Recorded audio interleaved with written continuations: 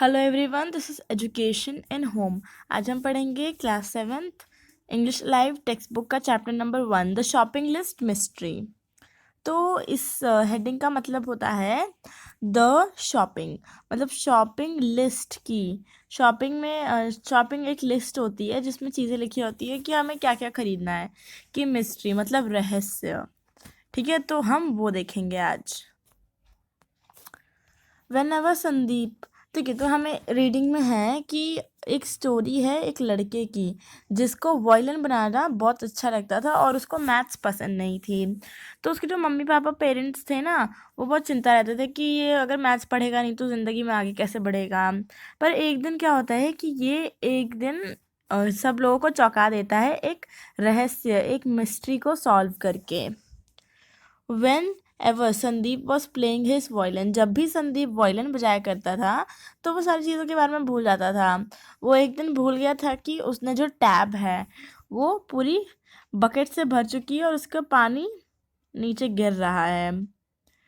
He looked on mildly surprised when he put his violin down and realized he was standing ankle deep water in his bathroom. तो फिर वो बहुत चौंक जाता है देखते ही कि उसके पूरे घुटने तक पानी भर चुका है।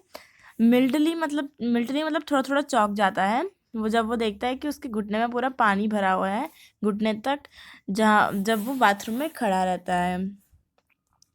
तो स्कोल्डिंग उसे मतलब डरा, उसको डांटा जाता था, उसको पनिशमेंट दी जाती थी। Rectangles, poor marks in maths, तो नथिंग कुड चेंज हिम, कोई भी चीज़ उसे बदल नहीं सकती थी। When ever he picked up his violin, जब भी वो अपना वायलिन उठाया करता था वो एकदम आराम से बजाता था और उसके इंस्ट्रूमेंट की आवाज़ में ना वो खो जाया करता था। Polish instrument lovingly under his chin, वो अपने चिन के नीचे रखता था और आराम से बजाया करता था और दुनिया में खो जाया करता था। उसकी मम्मी उसे बोला करती थी कि जो गाना है ना, म्यूज़िक, वो बस एक हॉबी के तौर पे सही है, पर सब्जेक्ट जैसे कि मैथ्स वो तुम्हें बहुत मदद करेगा तुम्हारी ज़िंदगी में। मिस राघवन, संदीप्स मदर, जो मिस राघवन थी ना, वो संदीप की मम्मी थी और वो एक बैंक में मैनेजर थी। उसके जो पापा थे वो थे एक अकाउंटेंट जो कि मतलब जल्दी जल्दी कैलकुलेशंस कर सकते थे इन जिफी, मतलब क्विकली। गायत्री जो थी संदीप की बहन, वो बहुत ही अच्छी मैथमेटिशियन थी और उसको प्राइज़ भी मिला था उसके स्कूल में। मैथमेटिशियन ऑफ द ईयर का अवार्ड मिला था 2 साल, पहले साल भी मिला दूसरे साल भी मिला। बट संदीप कितना 14 साल का था, पर तब भी इसको तब भी ये भी नहीं पता था कि 8 मल्टीप्लाइड बाय 7 क्या होता है, मतलब 8 7 टाइम्स क्या होता है। आपको पता है ना, तो कमेंट सेक्शन में लिख के बताइएगा। माई टीचर सेज दैट, मेरी जो टीचर है वो हमेशा बोलती हैं कि अगर मैं अच्छे से और प्रैक्टिस करूँ तो मैं एक अच्छा म्यूजिशियन बन पाऊँगा। उसने अपनी मम्मी को बताया, तो फिर वो उसकी मम्मी बोल रही है कि तुम अच्छे म्यूजिशियन बन जाना, पर अपने मैथ्स के एग्ज़ाम में अच्छे मार्क्स लाके मैथ्स अच्छे से पढ़ के उसके बाद। Miss Raghavan said with the tone of finality मतलब होता है कि इस तरह बोलना कि जैसे आगे इस टॉपिक पे कोई चर्चा नहीं होगी।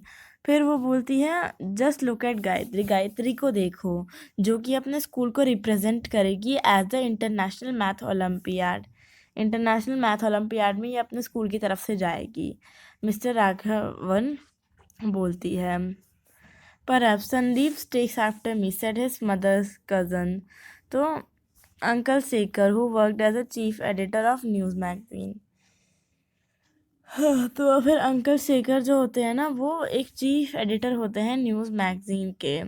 वो चेन्नई आते हैं to report the world criminologist conference. तो वर्ल्ड क्रिमिनोलॉजिस्ट कॉन्फ्रेंस जो है उस मीटिंग को अटेंड करने के लिए वो वहाँ पे आया करते हैं।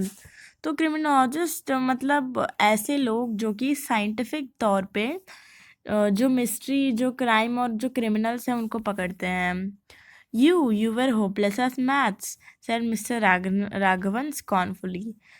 ठीक है, तो वो बोलती तुम तो मैथ्स में स्टार्टिंग से ही अच्छे नहीं थे। राघवन मतलब मिस राघवन बोलती है, मतलब गुस्से में थोड़े हल्के हल्के।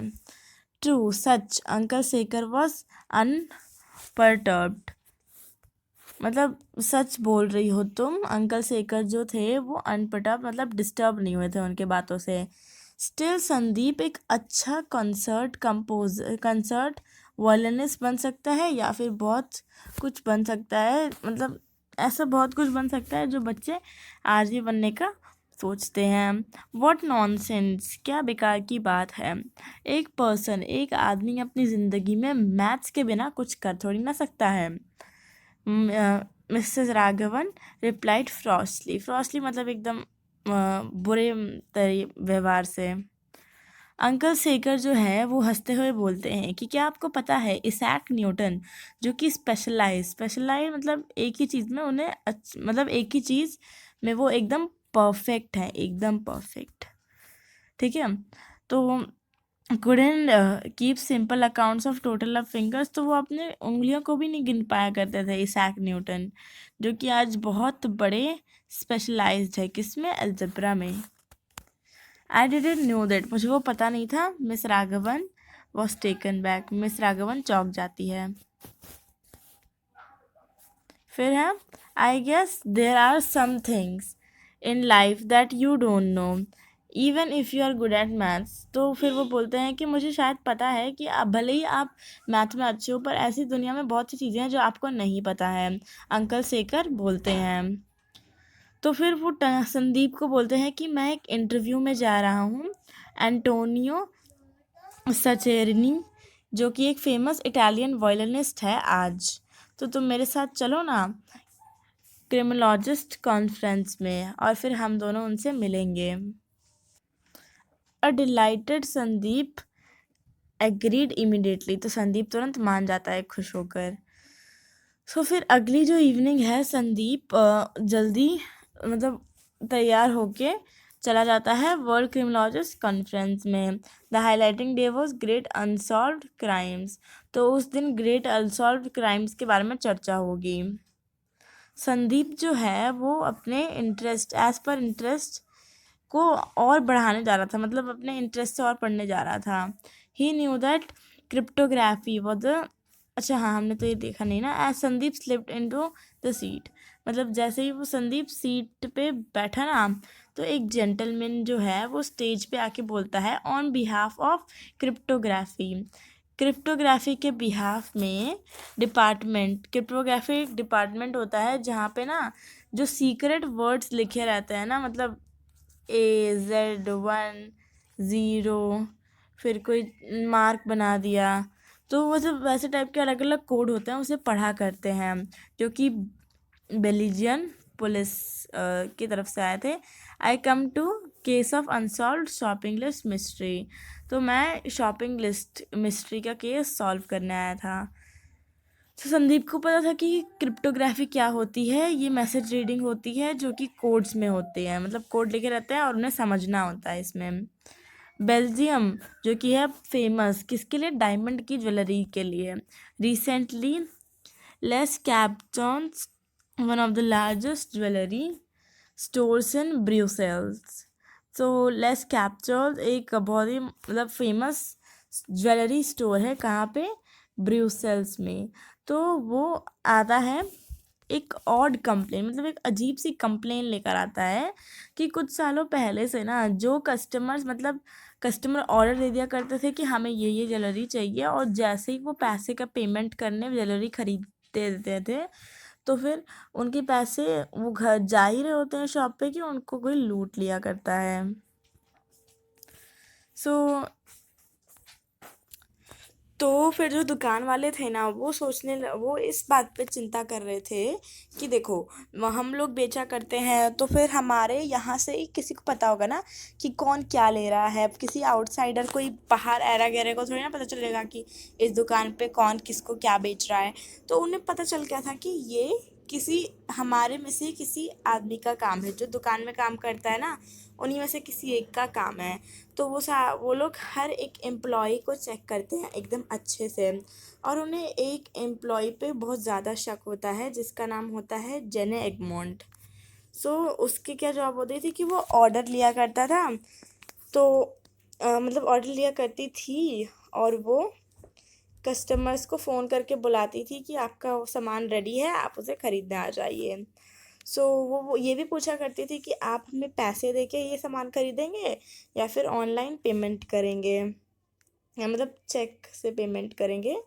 सो वो उन्हें बिल ऑफ़र किया करती थी, if let her know what they were coming. तो वो वो ना बिन ऑफर किया करती थी जब उन्हें पता चल जाता था कि कौन सा मोड से वो पेमेंट कर रहे हैं।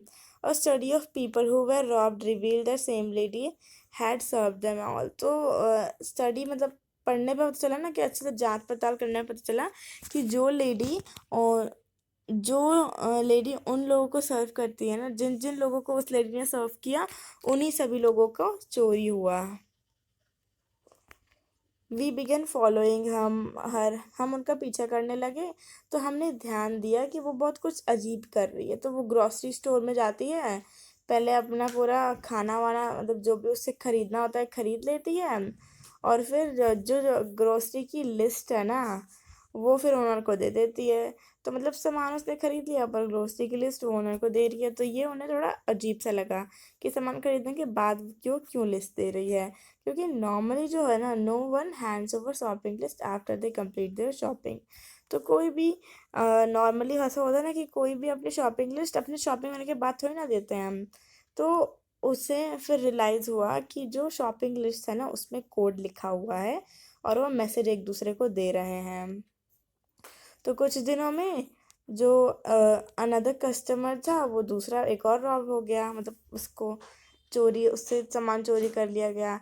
जब Jenny Egmont grocery and the grocery shop owner by but the mystery was unsolve. पर जो मिस्ट्री थी वो अनसॉल्व थी, क्योंकि दो robberies stop with the arrest, we could never prove Jenny Egmont guilty.